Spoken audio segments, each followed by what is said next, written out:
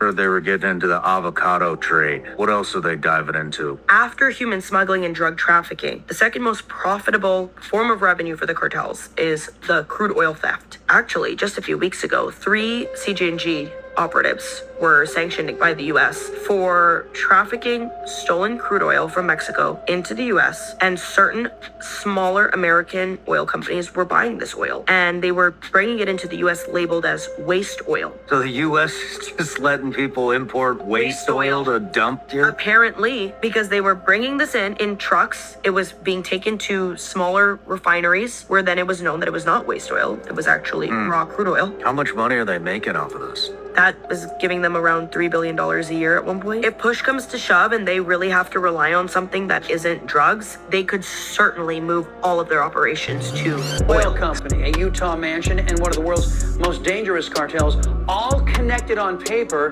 The Jensen family ran a legitimate business according to outward appearances, but prosecutors say it was a front designed to fuel terror against the American people. Our crime correspondent, Jason Matera, has the shocking report. What appeared to be just another South Texas oil operation was, according to authorities, a front for a massive international crime ring. Nearly 3,000 shipments of stolen crude oil were smuggled out of Mexico into the U.S., with part of the profits kicked back to the Jalisco New Generation Cartel. I've been in the business many years, 30 years. My father was in the DEA 30 years. I have never personally seen such an innovative scheme. The takedown effort was dubbed Operation Liquid Death, and former DEA acting administrator Derek Maltz was on it from the start. At the center of it all, a company called Arroyo Terminals. But behind the business name, authorities say was a far darker scheme to relabel stolen oil as waste, slip it through customs, and clean the dirty cash through a legitimate refinery. On paper, it looked like just another venture. In reality, it was bankrolling the cartel. It's a very brilliant scheme, but at the end of the day, the scheme is making and generating hundreds of millions, if not billions of dollars in revenue, and the cartels who are killing at record levels are benefiting. That kind of money always leaves a trail. Federal agents followed it straight to a sprawling mansion in Salt Lake City. When they raided it in April, they allegedly uncovered the blueprint of a laundering empire. Phones, bank records, contracts, all supposedly tying the Jensen family to the cartel.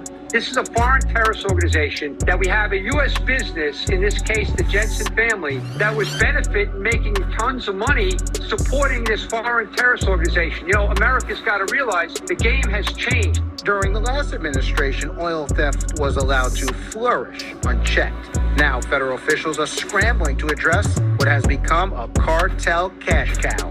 Under this administration, it's about holding criminals accountable for their actions. And in this case, shame on the U.S. businesses that thought they were going to get away with this scheme, because it's just beginning to unfold.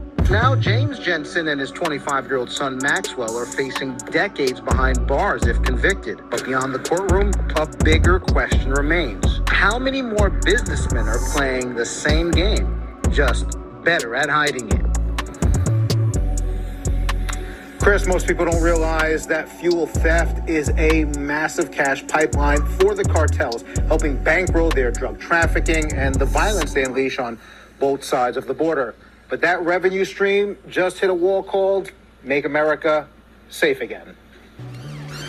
Hey guys, so this is another video for you guys. This is basically me uncovering what's been going on with the cartels and how they found another revenue that isn't human trafficking or selling drugs that basically they've been getting into trying to keep themselves afloat. So this is just me bringing you another story. This is just like the guy said earlier in the video, the tip of the iceberg. So I'm gonna start to get more creative and giving you more visuals when I'm trying to explain these things, but I try to just do it with videos because I feel like they really just bring it home. So this is my channel, man. Thanks for watching. I really appreciate it. You could have watched a bunch of other channels. I'm glad you fucked with this one.